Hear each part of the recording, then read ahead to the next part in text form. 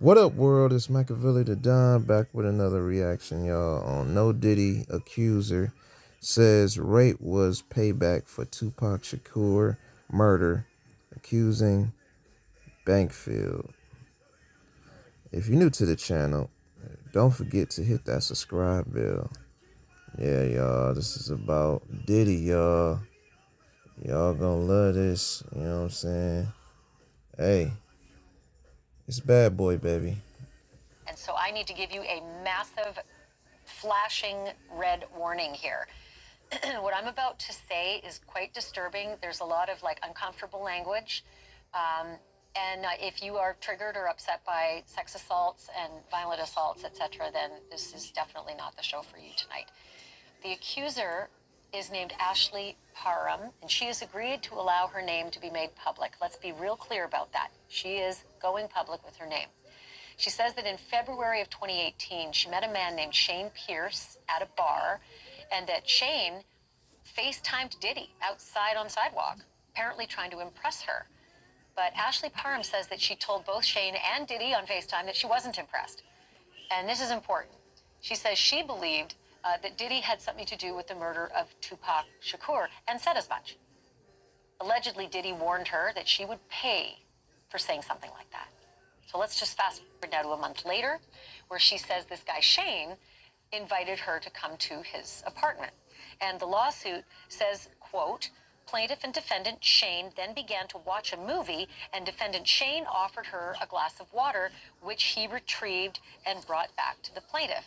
A few minutes later, Ashley Parham says that P. Diddy showed up with an entourage, including his top aide, Christina Coram, an unnamed woman who is not a defendant in the suit, and three unnamed men, one of whom she says was Diddy's driver, and Parham says that that driver waited outside throughout the whole of what I'm about to tell you. Parham says that Diddy was antagonistic from the start and that he put a knife to her face. And now this is where I start reading directly from the complaint. Defendant Shane then partially undressed plaintiff, and then defendant Diddy removed the remainder of plaintiff's clothing, removing the knife from her face, and then retrieved a bottle of liquid from a large fanny pack. Defendant Diddy then squirted a bottle of liquid on plaintiff, which placed her in fear that she was being squirted with a chemical substance like acid. Plaintiff soon realized the substance was an oil/lubricant. Plaintiff was squirted with this liquid substance all over the entirety of her naked body. Defendant KK was then told by defendant Diddy to insert what looked like a syringe from sterile packaging into plaintiff's vagina. Defendant KK did as told, and then told defendant Diddy that she was unable to use the IUD because it had prematurely been released from its packaging. And an IUD is a birth control device. Defendant Diddy, upset by this, took the so-called syringe from defendant KK and tried inserting it into plaintiff's vagina instead. Defendant KK and Diddy began to argue as defendant KK continued to advise defendant Diddy that since the IUD had been prematurely released from its packaging, there was no way they could insert it into plaintiff's vagina effectively. After some time, defendant Diddy heeded the advice of defendant KK and removed the syringe from plaintiff's vagina and handed it to defendant KK. Defendants KK and Jane Doe then exited defendant Shane's residence, leaving the plaintiff alone with defendants Diddy, Shane, and Doe's number 1 and 2. Defendant Diddy then picked up a television remote that was near to plaintiff and violently inserted it into plaintiff's vagina.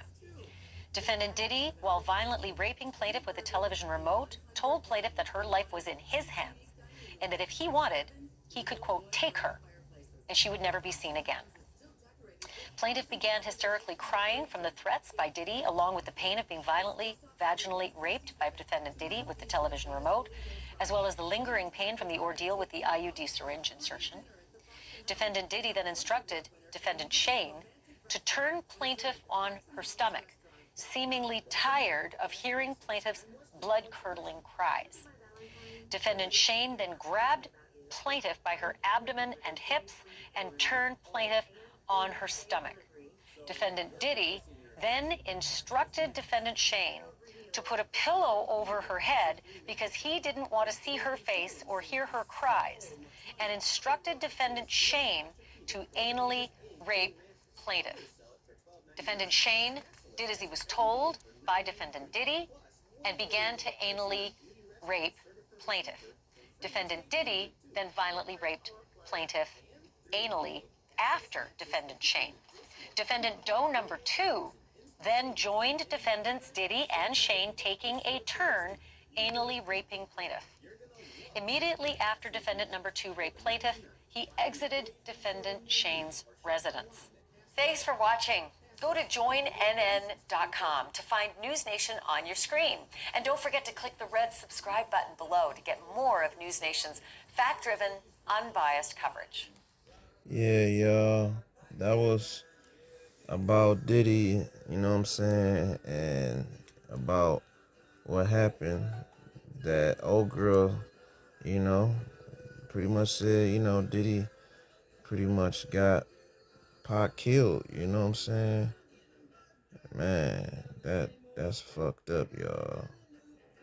Fucked up, Diddy raped the old girl? Damn. That's crazy, bro. Just over some words. Like, damn. Damn, I see what it is. I see why. Like Chopper wasn't lying, shit. I see why, Diddy's getting the humble pie for real.